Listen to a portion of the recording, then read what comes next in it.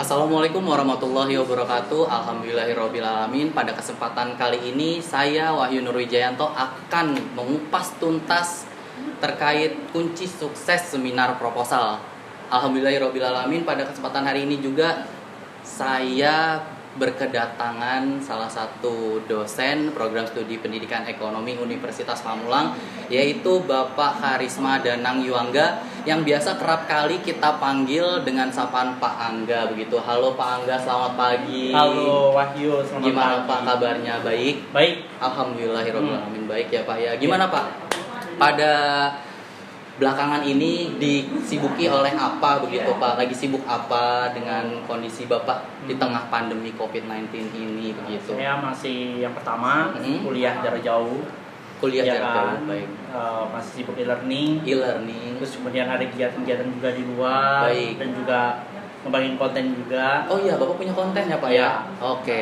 Saya juga konten saya juga terkait dengan perkuliahan. Baik. Nanti teman-teman bisa coba cek juga di YouTube beliau. Beliau juga punya beberapa konten terkait perkuliahan. Dan bisa sama-sama kita nikmati nanti. Harapannya juga pasti di dalam konten tersebut punya manfaat juga gitu. Ya, di Karisma Yuangga Channel ya.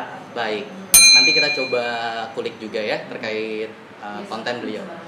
Nah, selain itu Bapak, masih sering ini nggak sih Pak ke kampus begitu, datang ke kampus, mengingat juga kan ada batasan juga ya Pak terkait protokol kesehatan yang sudah diterapkan pemerintah begitu. Iya. Ya. Ini kalau ada kegiatan dosen itu masih ke kampus. Masih ke kampus. Baik. Tapi karena kita masih misalnya social distancing. Betul. Itu membatasi.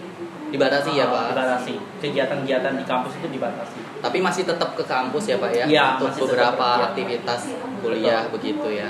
Kemudian juga tadi sudah dikatakan beliau ada e-learning jarak jauh dari perkuliahan itu sendiri begitu ya Pak. Masih ada muji juga. Muji juga. Skripsi. Baik. Atau mahasiswa ini seminar proposal. Seminar. Kita juga udah lama ya Pak nggak ketemu selama pandemi juga ya. Gitu. Jadi kadang juga bisa dibilang kalau di kampus itu sering berpapasan dengan beliau. Beliau juga bilang, Wahyu, apa kabar begitu. Baik Pak, Bapak sendiri gimana? Itu lebih sering sih. Tapi seseringnya kita itu juga ya bisa dibilang beberapa waktu juga sering. Tapi berhubung kita dihadapkan dengan pandemi saat ini, kita juga bisa dibilang untuk bertemu secara langsung agak kesulitan begitu ya Pak ya. Tapi tetap yang namanya komunikasi itu penting teman-teman. Terlepas juga kita akan dihadapkan oleh satu matkul yang namanya seminar proposal ini. Ya nanti beliau akan menyampaikan kunci sukses terkait bagaimana caranya untuk menyiapkan seminar proposal dari A sampai Z, kupas tuntas, supaya nanti harapannya seminar proposal berjalan dengan baik begitu teman. Nah, begini Pak. Seminar proposal sedang kita hadapi, sedang kita jalani begitu. Nah, menurut Bapak nih ya, seminar proposal itu apa sih Pak? Kalau menurut Bapak seminar proposal itu apa gitu? Sampai akhirnya kita harus menghadapi seminar proposal itu tadi. Oke. Gini, kalau dari sudut pandang mata kuliah, seminar proposal itu adalah salah satu mata kuliah yang bertujuan untuk menyiapkan mahasiswa ini dalam proses penyusunan skripsi. Oke. Jadi dalam seminar proposal itu mahasiswa tidak hanya diajarkan cara menyusun konsep, menulis proposal saja, tetapi diajarkan juga bagaimana caranya mereka mempresentasikan gagasan-gagasan mereka atau perencanaan-perencanaan penelitian yang akan mereka buat.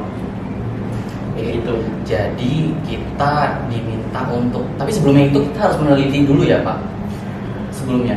Lebih banyak melakukan observasi dulu. Observasi.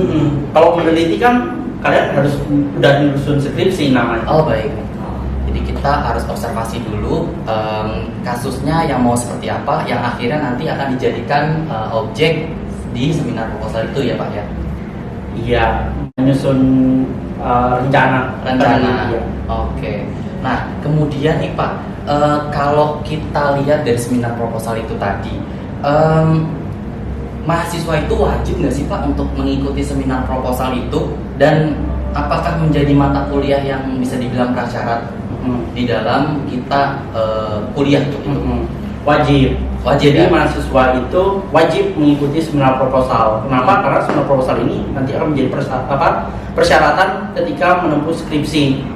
Jadi ada beberapa mata kuliah yang dipakai untuk skripsi itu sendiri sebelum menempuh skripsi. Jadi yang pertama dari metodologi penelitian atau metlit, kemudian ada statistik, lalu ada seminar proposal, baru kemudian skripsi. Dari rangkaian mata kuliah tersebutlah yang akan menjadi tolak ukur nanti kesempatan kita menghadapi skripsi itu tadi ya Pak? Iya, bukan tolak ukur sih, sebenarnya adalah ajang untuk kita belajar atau melatih diri. Kayak gitu. Kalau di metlit misalkan di metodologi penelitian kita itu diajarkan untuk peka, untuk mengkondisikan diri kita yang awalnya kita itu nggak tahu gimana sih meneliti itu seperti apa. Terus bagaimana caranya mencari fenomena atau menangkap suatu masalah dalam suatu kejadian kayak gitu. Itu kita diajarkan di metodologi penelitian. Jadi kita itu dikenalkan bentuk-bentuk dari penelitian, cara mau bentuk-bentuk pengolahan data itu seperti apa, baik secara kualitatif ataupun kuantitatif, kayak gitu. Kemudian di statistik bagaimana cara menghitung data-data tersebut, mengolah data tersebut. Karena memang ada sistem Pak di statistik itu tadi yang kita harus pelajari.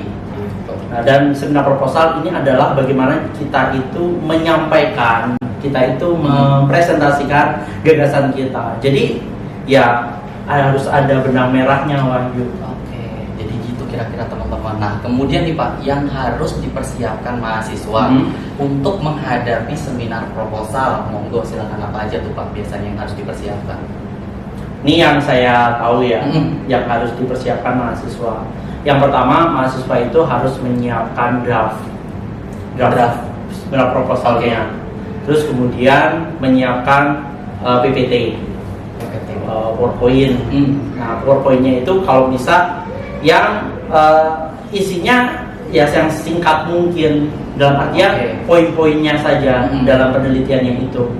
Jadi kan kebanyakan kan mahasiswa kalau presentasi menggunakan PowerPoint dikopas tuh latar belakangnya, dikopas ke situ semuanya. Jadi dia itu bukannya menjelaskan, bukannya presentasi, tetapi dia itu membaca di situ. Nah kalau udah membaca seperti itu, baik dosen penyeminarnya ataupun para pengujinya, kemudian audiens itu juga pasti merasa, aduh ini kok cuma bacain doang. Jadi sebenarnya sih kita udah bisa tahu maksud dan tujuannya itu apa, tapi dimasukin di PPT itu ya Pak. Jadi kayak istilahnya kita udah tahu itu apa, cuman pada intinya aja gitu teman-teman. Pada intinya apa, kemudian baru dipresentasikan. Misalnya gini, Wahyu pengen bikin metode misalkan, metode harus ada tuh di latar belakang kan, ada latar belakangnya, misalkan permasalahannya siswanya bandel, siswanya suka rame sendiri kayak gitu, susah untuk diatur. Nah itu gimana caranya pakai solusinya adalah dengan metode ini, kayak gitu. Nah kalau dari PPT itu sendiri Pak, bagaimana cara atau menyiapkan PPT tersebut semenarik mungkin sampai akhirnya kita sendiri ada ketertarikan untuk wah ini keren ya gitu. Itu gimana Pak? Saya pernah dapat PPT yang seperti itu. Jadi mahasiswanya itu menggunakan gambar. Mungkin karena saya orang visual kali ya. Jadi saya itu lebih suka ada yang gambar-gambarnya. Tapi gambar-gambarnya itu nyambung dengan penelitiannya. Berkesinambungan. Jadi yang pertama PPT-nya itu bukan kopas. Jadi dia itu poin-poinnya. Kemudian ada alur, kalau bisa itu dikasih alur, entah itu alur penelitiannya kayak gimana, dari latar belakang sampai pengolahan data itu ada alurnya. Terus ada gambar, kalau menurut saya ya ada gambarnya. Secara tidak langsung ada mekanisme ya Pak? Ada mekanisme juga. Jadi kalau kita lihat dari alur ada mekanisme, kemudian tinggal penerapannya aja ya Pak. Kira-kira begitu teman-teman. Nah kemudian nih Pak, kalau kita bicara seminar proposal itu sendiri. Iya.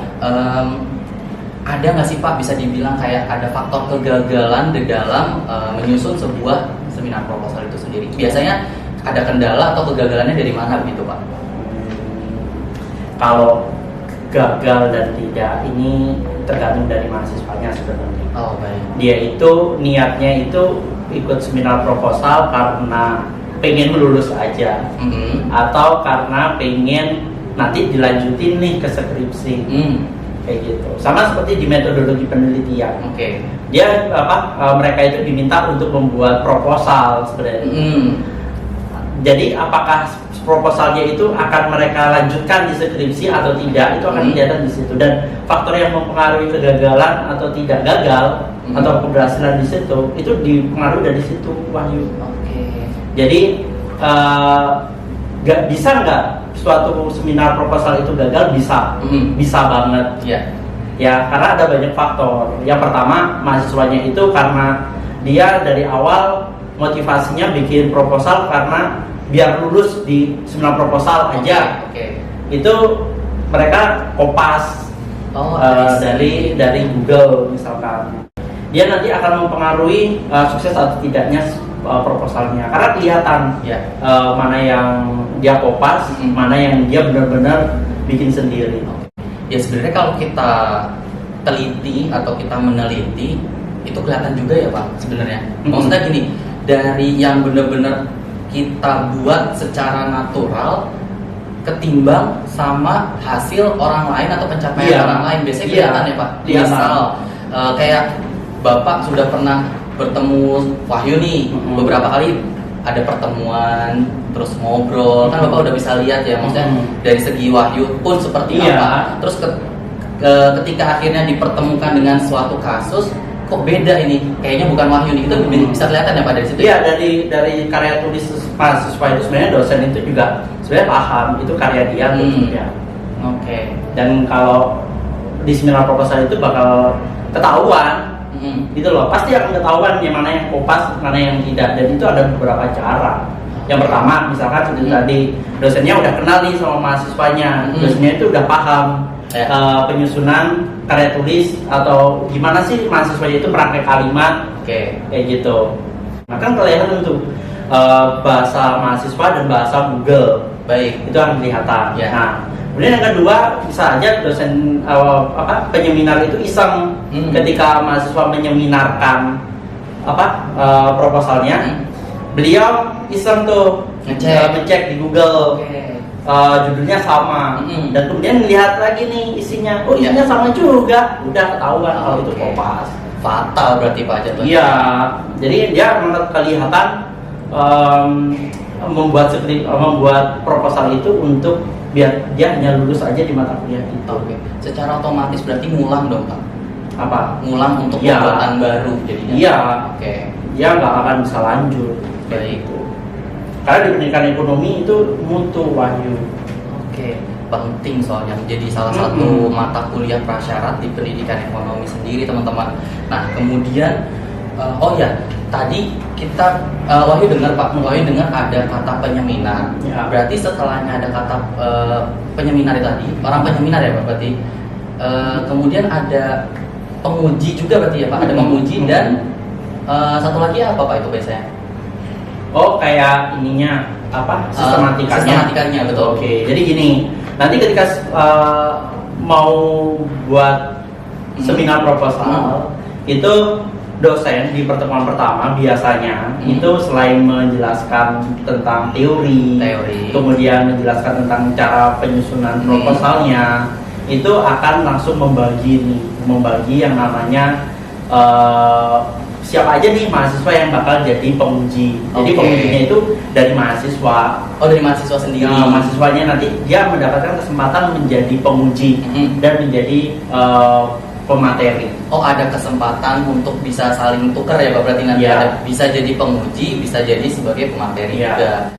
Ya, baik Bapak. Terkait pertanyaan selanjutnya nih, kalau untuk syarat daripada seminar proposal di program studi pendidikan ekonomi sendiri itu biasanya apa aja sih Pak? Monggo silakan. Persyaratan untuk bisa seminar proposal yang pertama kalian harus lulus atau dinyatakan lulus untuk mata kuliah metodologi penelitian dan statistik. Baik. Itu nilainya harus B. Harus B ya Pak? Harus B. Baik. Nah, untuk pendaftarannya, untuk yang di Prodi Pendidikan Ekonomi itu dilakukan secara kolektif oleh ketua kelas. Oke. Jadi ketua kelas ketika sudah semester 6 nih, udah menempuh mata kuliah itu, dia harus koordinasi dulu nih dengan teman-teman satu kelasnya. Baik. 2 mata kuliah, mulai dari metodologi penelitian dan juga statistik. Ini ada nggak nih yang nggak lulus? Oke. Kalau ada yang nggak lulus, otomatis dia nggak bisa ikut seminar proposal. Oke. Kayak gitu. Nah, kalau udah daftar seperti itu, mengumpulkan draft proposalnya, yaitu ada 2 kan? Ya. Ada 2 draft. Itu pakai, kalau nggak salah, dijilid, sampulnya merah. Baik. Sampulnya merah. Dan kemudian ngeprint juga daftar nilai. Daftar nilai. Daftar nilai kalian. Oke, berarti dari semua itu sudah terkumpul, artinya mereka sudah bisa dinyatakan bisa mengikuti seminar proposal. Iya, gitu, kalau Pak. sudah lulus, yang pertama harus lulus dari 2 mata kuliah itu. Ya, kemudian tinggal koordinasi aja oleh ketua kelasnya, kemudian langsung lanjut ke seminar proposal itu tadi. Daftar dulu. Baik. Oke, kemudian juga, nah bagaimana sih Pak, menurut Bapak alur atau mekanisme nanti pada saat proses seminar proposal itu? Oke, dari pendaftarannya tadi, ya kan, kalau pendidikan ekonomi lebih dikoordinir ketua kelas. Jadi sebisa mungkin jangan sendiri-sendiri daftar. Oke. Jadi per kelompok itu istilahnya mana? Mekanismenya seperti itu. Jadi di Prodi Pendidikan Ekonomi itu harus ketua kelasnya. Oke. Dan itu udah disepakati itu. Baik. Nah, ketika sudah daftar, semuanya udah dalam artian semua udah disetujui. Mahasiswanya nih yang harus mempersiapkan draftnya. Oke. Jadi draftnya itu dipersiapkan. Yang pertama itu untuk dosen penyeminarnya. Tapi nanti ketika dia mau maju, mau seminar, dia harus menyiapkan 3 lagi draft. Oke. Jadi draft yang kedua ini dipersiapkan untuk para pengujinya 2 dan untuk dirinya sendiri waktu dia menyeminarkan proposalnya. Jadi kurang lebih alur atau mekanismenya seperti itu ya Pak ya? Jadi nanti di dalam ruangan seminar proposal itu ada dosennya, tetap ada dosen di situ. Tapi dosen di sini sebagai dosen penyeminar. Beliau nanti bertindak sebagai apa sih istilahnya, menjaga kegiatan seminar itu bisa berjalan dengan baik. Oke, supaya kondusif ya Pak. Kemudian sebagai evaluator juga. Kenapa? Karena ada dua orang nih yang harus dievaluasi nanti. Yang pertama mahasiswa yang menjadi pemateri. Yang kedua adalah mahasiswa yang menjadi pengujinya. Jadi yang menjadi penguji ini misalkan Wahyu. Wahyu dapat kesempatan nih, selain Wahyu menjadi pemateri proposal penelitiannya Wahyu, Wahyu juga bisa menjadi penguji teman-temannya Wahyu. Dan itu nggak cuma sekali tapi 2 kali. Jadi Wahyu punya kesempatan untuk jadi penguji 2 teman Wahyu. Ikut merasakan sebagai penguji dan pemateri juga ya Pak. Dan itu ditentukan oleh dosen. Jadi nggak bisa dong Wahyu misalkan ada teman-temannya nih, saya pengen milih Sindun sama Linda misalkan karena dua-duanya cantik. Itu saya mau jadi penguji mereka, nggak bisa. Berarti memang sudah ditentukan oleh dosen terkait ya Pak? Iya, kayak gitu. Dan majunya juga ketika presentasinya Wahyu, itu juga nggak bisa ditentuin Wahyu sendiri. Random dong Pak? Bu, Pak, saya mau maju yang pertama kali, itu nggak bisa. Itu akan diundi seminggu sebelumnya. Jadi misalkan Wahyu udah ngumpulin nih semuanya, ngumpulin di minggu kedua semua draft proposal untuk dosen penyeminar. Di minggu ketiga itu akan langsung Nah, itu akan diundi yang akan maju untuk menyeminarkan di minggu depan. Jadi minggu depan, misalnya Wahyu nih, Wahyu dapat nih di pertemuan minggu depan. Jadi minggu depan Wahyu menyiapkan tuh 3 draft itu tadi buat pengujinya Wahyu sama Wahyunya sendiri. Artinya sebelum seminar itu diadakan kita harus lebih siap dulu ya Pak untuk menyiapkan beberapa kasus terkait itu supaya nantinya pada saat seminar proposal itu berlangsung dan pada saat kita mulai itu udah siap. Ya, itu harus benar siap. Ya. Draft proposal dan juga PowerPoint. Baik. Oke. Kemudian ini Pak, biasanya apa sih yang dinilai oleh dosen penguji terkait seminar proposal yang mahasiswa atau teman-teman mahasiswa buat begitu? Aduh, ini saya kasih bocoran nih ya. Tadi auto dapat A semua ya. Seminar proposalnya kalau memang itu yang kami harapkan begitu Pak. Oke. Karena saya nggak pelit, saya akan kasih tahu. Baik. Ya. Oke. Dosen penyeminar itu yang dinilai ini sebenarnya ada 2 seperti saya bilang tadi, mahasiswa yang menjadi penguji dan mahasiswa yang menjadi penyeminar, menjadi pemateri saya. Nah, yang menjadi pemateri ini akan dilihat dia ini konsisten enggak dengan apa yang dia tuliskan di proposal. Oke. Ya kan? Dia ini benar-benar membuat sendiri enggak proposal itu kayak gitu. Ada apa sih istilahnya akurasinya. Nah, dia konsisten enggak kayak gitu.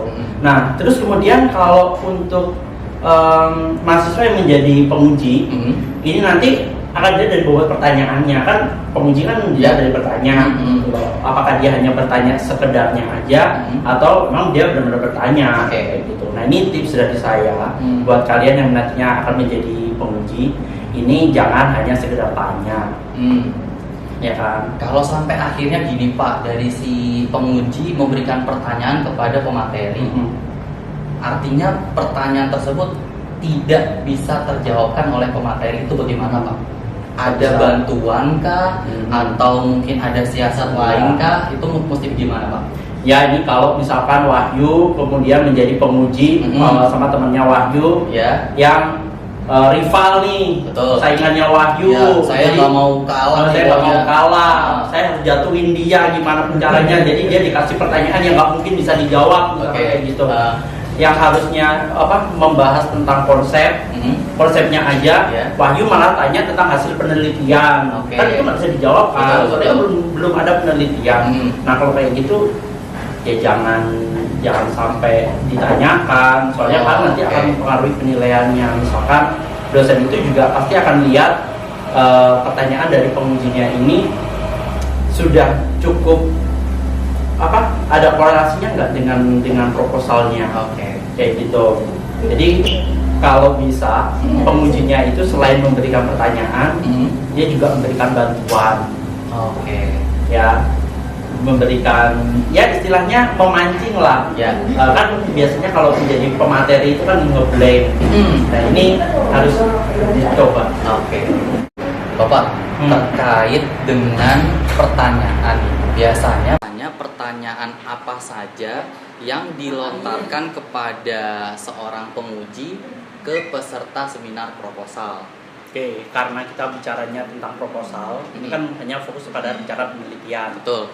Ini kalau bisa pertanyaannya itu ya hanya sekitar latar belakang. Kenapa milih judul itu? Kenapa milih pengolahan data seperti itu? Kayak gitu. Itu aja ya Pak ya. Jadi lebih harus dimantapkan latar belakangnya. Kalau latar belakangnya mantap, berarti secara tidak langsung juga bobot di latar belakang itu bisa jadi pertanyaan juga ya Pak ya. Lebih ke hasilnya nanti.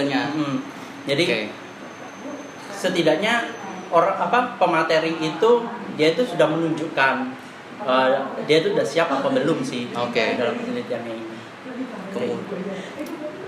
Nah, kesimpulannya nih Pak ya, tips atau kunci sukses untuk kita selaku mahasiswa-mahasiswi untuk menjalankan seminar proposal itu apa aja Pak? Pertama, kalian harus menyusun proposal penelitian kalian itu sendiri. Ya, bolehlah menggunakan rujukan atau referensi dari berbagai macam sumber, tetapi harus tetap diri sendiri yang menyusun. kayak gitu. Oke. Yang kedua, usahakan sumber-sumber yang kalian gunakan, dukungan dari teori itu teorinya up to date, yaitu 10 tahun ke belakang. Oke. Ya, kayak gitu. Itu sih Dari situ ya saya Pak, tahu. dari 2 poin itu sendiri adalah tips atau kunci sukses seminar Ya. proposal yang teman-teman mahasiswa-mahasiswi program studi pendidikan ekonomi bisa diterapkan atau bisa dijalankan nanti pada saat seminar proposal berlangsung.